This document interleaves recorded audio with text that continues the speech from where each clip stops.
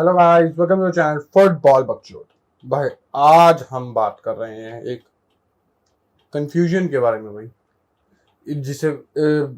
जिसे नहीं पता कि उसे कहाँ होना चाहिए, वहाँ क्या करना चाहिए और कैसे भाई वो अपने आप को और जिस क्लब में वो था उसको सक्सेसफुल बना सके। इस बंदे को भाई मैं बहुत पसंद भी करता था, बट इस ट्रांसफर सागर ने मेरे अंदर थोड़ा सा खट्टापन छोड़ दिया है बिल्कुल। तो भाई आज हम बात कर रहे हैं रोमेलू लुकाकू और उसका इंटर मूव और उसका चेल्सी मूव भी कैसा रहा, क्योंकि अब लुकाकू जैसा कि लग रहा है हमें, और जो कि मोस्ट प्रोबेबली कंफर्म हो ही गया है कि लुकाकू अगले साल इंटर में होगा। लोन पे गया है वो वापस इंटर। बिल्कुल भाई, क्या हो रहा है आज के ट्रांसफर्स में पता नहीं भाई। तो चले भाई बकचोदी शुरू करते हैं। तो भाई अब कोई बंदे बोल रहे हैं कि लुकाकू भड़वा था, कोई बोल रहे हैं चेल्सी ने ज्यादा मेहनत नहीं करी, कोई बोल रहा है टूशल की गलती है, और कोई बोल रहा है कि भाई ये चेल्सी का नंबर 9 वाला कर्ज है। बिल्कुल। और हम बोल सकते हैं थोड़ा थोड़ा सब कुछ है, ये थोड़ा थोड़ा बिल्कुल सब कुछ है। भाई सबसे पहले तो भाई यही देखते हैं कि भाई लुकाकू को चेल्सी लाने की जरूरत क्या पड़ी, क्यों पड़ी भाई जरूरत, क्यों क्या थी। यूरोपियन चैंपियन थी चेल्सी, क्या बोलते हैं, वन ऑफ द बेस्ट क्या बोलते हैं डिफेंसिव टीम्स थी यूरोप में उस सीजन, और उसके अगले सीजन भी बिल्कुल, एटलीस्ट शुरुआत तक थोड़ा बिल्कुल। मिडफील्डर्स बढ़िया भरे हुए थे, जॉर्जिनो, कांते, कोवाचिच, रूबन लॉफ्टस चीक, और एक दो और अच्छे अच्छे प्लेयर्स थे, शायद से नाम याद नहीं आ रहा मेरे को, बट मिडफील्डर्स बढ़िया बढ़िया भरे पड़े थे बिल्कुल। मेसन माउंट, और अप फ्रंट भी मैं ठीक है, इतने एक्सप्लोसिव बंदे ना हो but they are good, not world class बिल्कुल। काई हावर्ट्स, टीमो वर्नर, हाकिम जियाक, क्रिश्चियन पुलिसिच। तो भाई काफी सारे प्लेयर्स हैं, और उनको भाई जो हम बोल सकते हैं, जो हमें चैंपियंस लीग जिस सीजन उन्होंने जीता उस समय सिर्फ यही लग रहा था कि एक चीज की चेल्सी को जरूरत है, they can be the Premier League winners again, they can conquer the world again भाई। कि अगर उनके पास एक लीथल गोल स्कोरर हो, जो कि भाई पहले देवर ट्राइंग लेवेंडोस्की, बट भाई लेवेंडोस्की उस टाइम पे नहीं जाना चाहता था, और बायर्न म्यूनिख तो ऑब्वियसली बेचना नहीं चाहती थी। सो दे मतलब कि उन्होंने एक दो क्या बोलते हैं टारगेट और रखे थे। उन्होंने हैरी केन भी रखा हुआ था, but Harry Kane Manchester city जाना चाहता था, टॉटनहैम ने जाने ही नहीं दिया बिल्कुल। तो भाई उनका थर्ड ऑप्शन या फोर्थ ऑप्शन हम बोल सकते हैं वो था रोमेलो लुकाकू, और लुकाकू आ गया था बिल्कुल। इंटर भाई बेचना शुरुआत में नहीं चाहती थी, बट जब चेल्सी ने इतने पैसे ऑफर करे तो भाई उन कोविड के टाइम पे भाई सबकी बुक्स गड़बड़ा रखी है, तो दे हैव टू क्या बोलते हैं कंपनसेट करना था उन्हें खर्चों के लिए, कुछ पैसे रेवेन्यू आनी चाहिए थी। तो उन्होंने हकीमी और भाई लुकाकू बेचे भाई बिल्कुल। हकीमी को 60-70 में बेचा था उन्होंने पीएसजी, और लुकाकू चेल्सी में बिल्कुल। और भाई मैं हम बोल सकते हैं ये शुरुआत में अच्छा लग रहा था, बढ़िया लग रहा था, कॉन्फिडेंस में था लुकाकू। बट भाई जो एक वो मोमेंट था, वो जो इंटरव्यू वाली बकचोदी थी जिसमें उसने कहा कि मैं इंटर वापस जाना चाहता हूँ, उस चीज ने सब खराब कर दिया भाई। थॉमस टूकल के साथ उसका रिलेशन भी थोड़ा खराब हो गया, चेल्सी फैंस के साथ भी थोड़ा रिलेशन उसका खराब हो गया, और भाई वो कॉन्फिडेंस में तो बिल्कुल नहीं रहा अपना, उसने स्पॉट भी खो दिया। नंबर 1 जो स्टार्टर था वो चेल्सी का शुरुआत के सीजन में, वो अब वो नहीं रहा। अब हावर्ट्स हो चुका था हम बोल सकते हैं बिल्कुल, और वार्नर और क्या बोलते हैं ये सब इंटरचेंज करते थे टाइम टू टाइम काई हावर्ट्स के साथ। और भाई Lukaku most probably cup games में ही खेल रहा होता था, एफए कप, लीग कप, जिनमें चेल्सी दोनों फाइनल्स में गई बिल्कुल। बट भाई वो बड़े मैचेस में वो थॉमस टुकर उस पर ट्रस्ट नहीं कर रहा था, वो हावर्ट्स पे। हावर्ट्स का क्या होता है वर्किंग रेट बेटर है, उसकी लिंकअप प्ले बेटर है। लुकाकू से इन सब चीजों में तो हावर्ट्स बेटर था बिल्कुल, उसकी फिनिशिंग इतनी अच्छी ना हो बिल्कुल जितनी लुकाकू की है। बट भाई क्या बोलते हैं हम थॉमस टूकल को भाई एक एग्जाम्पल भी ऑलमोस्ट हम बोल सकते हैं सेट करना था कि तुम ऐसे बकचोदी करके ये स्टार बन के नहीं रह सकते यहाँ। और भाई एक टाइम के बाद जितना मेरे को लगता है कि उसे लगा भी नहीं कि लुकाकू का कुछ हो सकता है, जो कि मैं थोड़ी थॉमस टूकल की भी गलती मानता हूँ बिल्कुल। यार तुमने इतने बड़े प्लेयर को जो साइन करा है उसके लिए अपना सिस्टम थोड़ा चेंज तो कर सकती थी भाई चेल्सी। थॉमस टूकल चेंज कर सकता था थोड़ा सिस्टम अपने लिए, उसके लिए, उसके बेनिफिट्स के लिए। बट भाई वो उसी सिस्टम में क्या बोलते हैं फिक्स्ड रहे, और भाई लुकाकू ने भी सफर करा और भाई चेल्सी ने तो करा ही करा बिल्कुल। और खासकर जब उनके दोनों फुल बैक्स ऑलमोस्ट इंजर हो चुके थे, क्या बोलते हैं attacking full backs, Reece James और बेन चिलवेल, तो भाई उसके बाद तो चेल्सी पे दिक्कतें बहुत थी। डिफेंसिवली तो वो अच्छी थी नहीं, मतलब ज्यादा अच्छी नहीं थी एज कंपेयरिंग टू पिछले सीजन और इस सीजन के भी स्टार्टिंग में, जो पिछला जो अभी गया उस सीजन के स्टार्टिंग में वो इतने बढ़िया नहीं रहे एंड तक। धीरे धीरे हम बोल सकते हैं फ्लॉज दिखने चालू हुए, इंजरीज आनी चालू हुई। तो भाई और लुकाकू तो भाई ऐसा बंदा है, हम बोलते हैं इसका टोपा सहला के उसको प्यार जताना पड़ता है कि हाँ भाई मैं तेरे में विश्वास है। वो चेल्सी में नहीं हो रहा था और कॉन्फिडेंस गिरता गया, उसकी परफॉर्मेंसेस भी भाई। एक परफॉर्मेंस मेरे को याद आता नहीं किस मैच किस टीम के अगेंस्ट थी भाई, प्रीमियर लीग में। उसने पूरे 90 मिनट में, मतलब शायद से वो पूरा मैच ना खेला हो बट जितना वो खेला था 80-85 minute, he had only 7 touches on the ball, जिसमें से 2 टच फर्स्ट हाफ में थे और उन 2 टचों में से एक किक ऑफ था, जो किक ऑफ के टाइम पे टच लेते हैं। तो भाई हम देख सकते हैं जब क्या बोलते हैं लुकाकू के पास बॉल नहीं आती तो भाई उसे नहीं पता कि कहाँ होना चाहिए, कहाँ मेरे को अपनी क्या बोलते हैं प्लेसेस करनी चाहिए, कहाँ से मैं बॉल रिसीव कर सकता हूँ और फिर आगे कंबाइन कर सकता हूँ।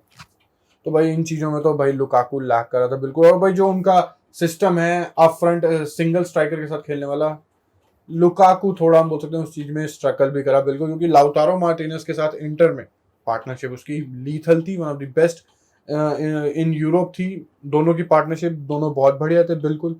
उस वजह से भी हम बोल सकते हैं थोड़ा सफर करा बिल्कुल। बट भाई मैं एक्सपेक्ट कर रहा था यार कि लुकाकू को जो एक लाइन के पार लेके जाने वाली बात है ना, चेल्सी को प्रीमियर लीग चैंपियंस बनाने के लिए, क्या बोलते हैं एक कंसिस्टेंट टीम होने के लिए, क्योंकि लीग जीतने के लिए भाई you have to be consistent. City और लिवरपूल को तुम देख ही सकते हो बिल्कुल। तो भाई उसके लिए लुकाकू की जरूरत थी जो कंसिस्टेंट बेसिस पे गोल्स ला सके बड़े मोमेंट्स में, बड़े मैचेस में। बट भाई हलवे ने नहीं करा बिल्कुल भी नहीं। और भाई अगर हम कर्स की बात करें तो भाई देखिए कर्स तो काफी लंबा ही चल रहा है। ऑलमोस्ट हम बोल सकते हैं 2010 के स्टार्टिंग से या मे बी उससे ही पहले बिल्कुल, जब फर्नांडो टोरेस आया था उससे पहले भी एक दो स्ट्राइकर्स थे जो क्या बोलते हैं काम नहीं, मतलब कि अपनी एक्सपेक्टेशंस पे बिल्कुल भी नहीं खरे उतरे, बिल्कुल भी नहीं। फर्नांडो टोरेस आया, लिवरपूल में जो one of the best players था, चेल्सी में आते ही वो one of the worst convert हो गया बिल्कुल।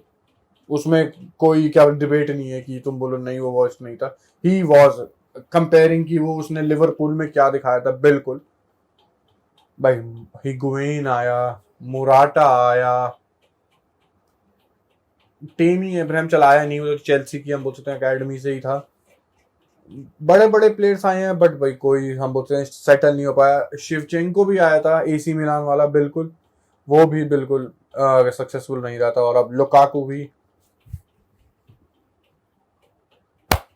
और भाई अब तो भाई चेल्सी की सबसे बड़ी दिक्कत है अब अटैक नहीं कही है भाई, अब डिफेंस हो चुका है बिल्कुल भाई। काफी प्लेयर्स जा रहे होंगे, रूडिगर तो रियल मैड्रिड ज्वाइन कर ही चुका है बिल्कुल। सॉरी एस्पिलिक्वेटा, जितना हमें लगता है कि वो बार्सिलोना जा रहा है, वो कहीं ना कहीं तो जा रहा है, वो चेल्सी में नहीं रुक रहा है जितना लग रहा है। क्रिश्चियनसन भी लग रहा है कि वो शायद से बार्सिलोना चला जाए बिल्कुल। थियागो सिल्वा की एज भाई काफी ज्यादा हो रखी है बिल्कुल। मार्कस अलोंसो भी भाई, हर बंदा भाई, हर बुड्ढा बार्सिलोना से लिंक्ड है ऑलमोस्ट। मार्कस अलोंसो भी भाई बार्सिलोना जाने की बातें आ रही है, देखते हैं भाई क्या हो सकता है। अगर भाई इनमें से आधे भी सच होते हैं तो भाई ये बैकलाइन पूरी हम बोल सकते हैं दोबारा भाई वो करनी पड़ेगी, क्या बोलते हैं बनानी पड़ेगी भाई यंग प्लेयर्स के साथ। और जो कि चेल्सी कर रही है, करना चाहती है। जैसे वो पिछले सीजन सेविया का जो कुंडे है, जूल्स कुंडे फ्रेंच प्लेयर, उसको साइन करना चाहते थे। वो कुछ 60-65 की बिड भी करी थी उन्होंने शायद से पिछली बारी, बट सेविया ने मना कर दिया।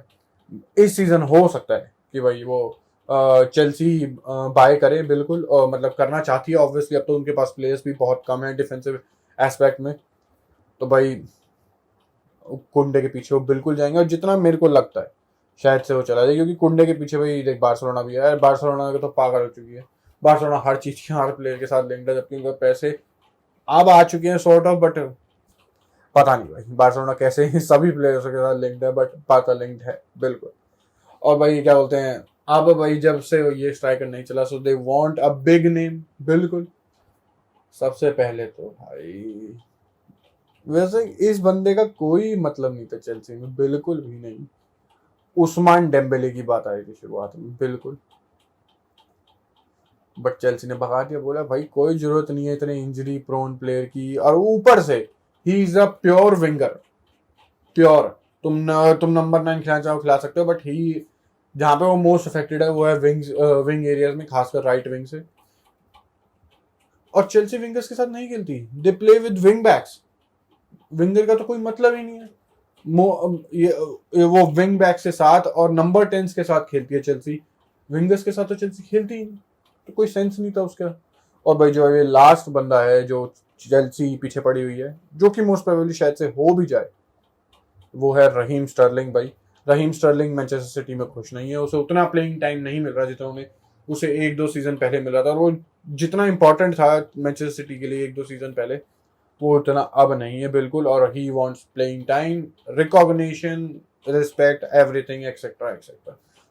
ऑब्वियसली सब प्लेयर चाहते हैं, तो भाई शायद से भाई वो चेल्सी में आ जाए बिल्कुल, क्योंकि ज्यादा नहीं होगी, शायद से 1 या 2 ही साल बचे शायद से रहीम स्टर्लिंग कॉन्ट्रैक्ट में, मेरे को ढंग से याद नहीं।